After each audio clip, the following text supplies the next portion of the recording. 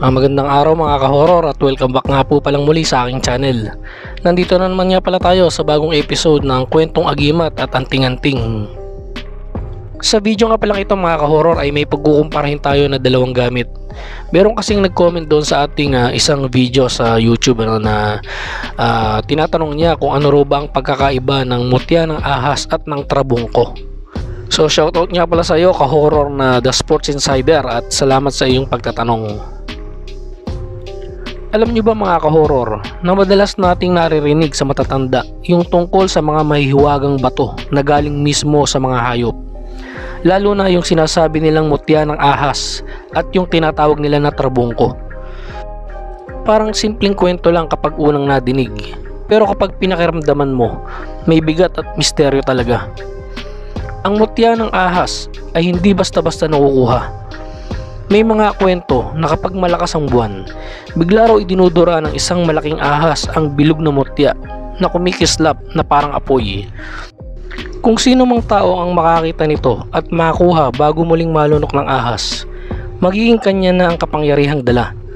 Kaya raw kapag may mutya ka ng ahas na ito, mas matapang ka, mas matalas ang isip, at mas kakaiba ang dating na nakakaakit sa tao. Para bang may ibang aura kang dala na hindi maipaliwanag.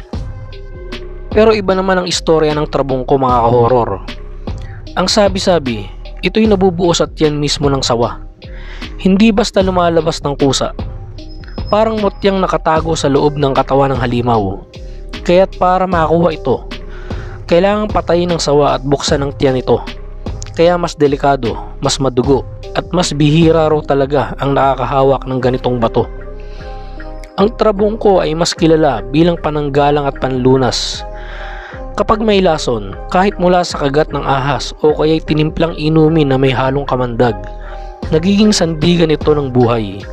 Ang sino mang may hawak ay tila protektado laban sa anumang kamandag ng kaaway.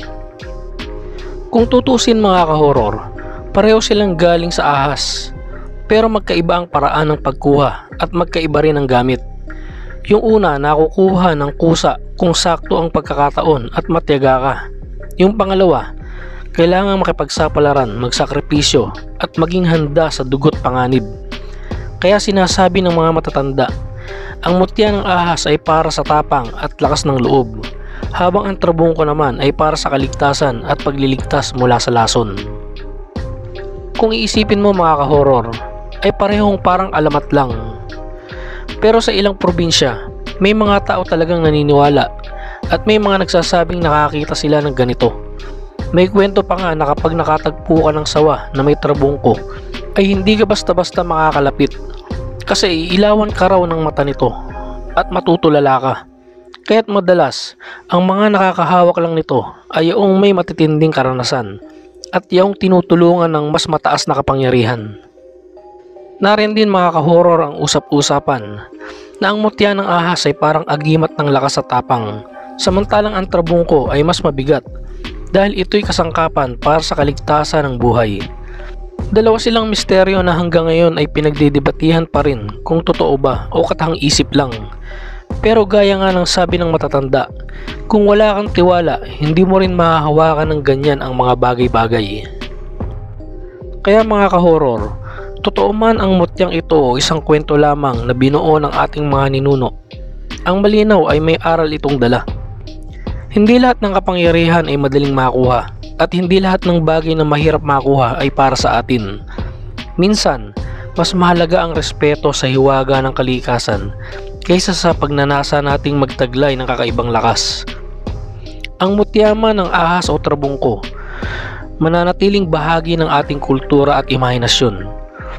Magpapaalala na ang mundo ay mas malawak kaysa sa nakikita ng ating mga mata.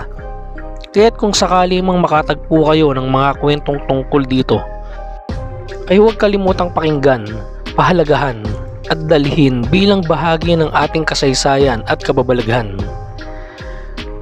Hanggang dito na lang mga ka-horror, at samahan nyo akong muli sa mga susunod ko pang mga kwento patungkol sa mga agimat at anting-anting. Maraming salamat po.